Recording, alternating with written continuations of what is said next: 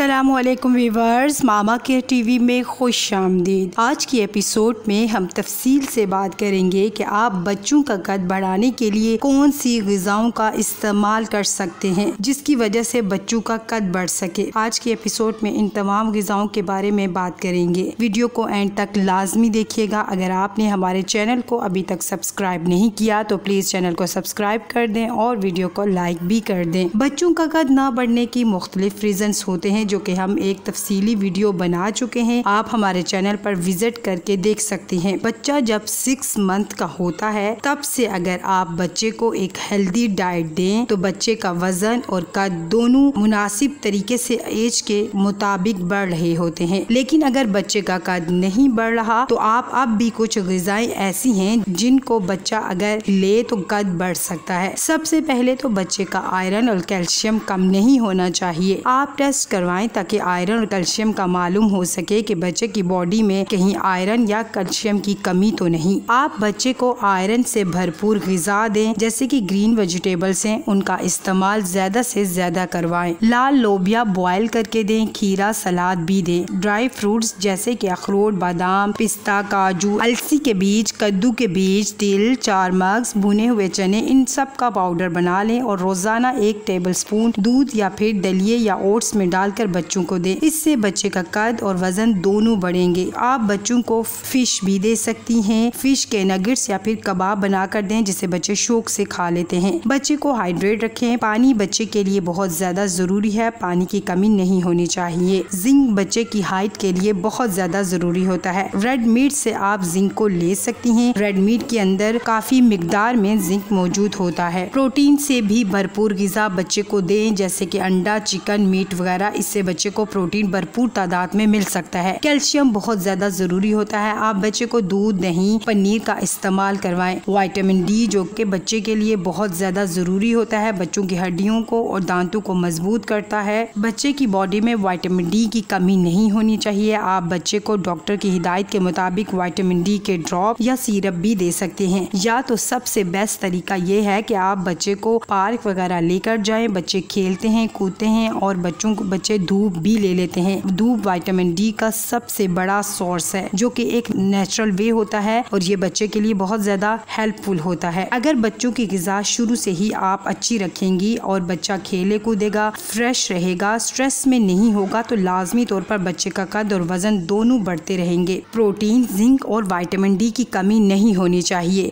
बच्चा डिहाइड्रेट भी ना हो। बच्चे को क्वालिटी टाइम दे। बच्चों के साथ खेलें, बाहर लेकर जाएं ताकि बच्चे स्ट्रेस में ना रहें।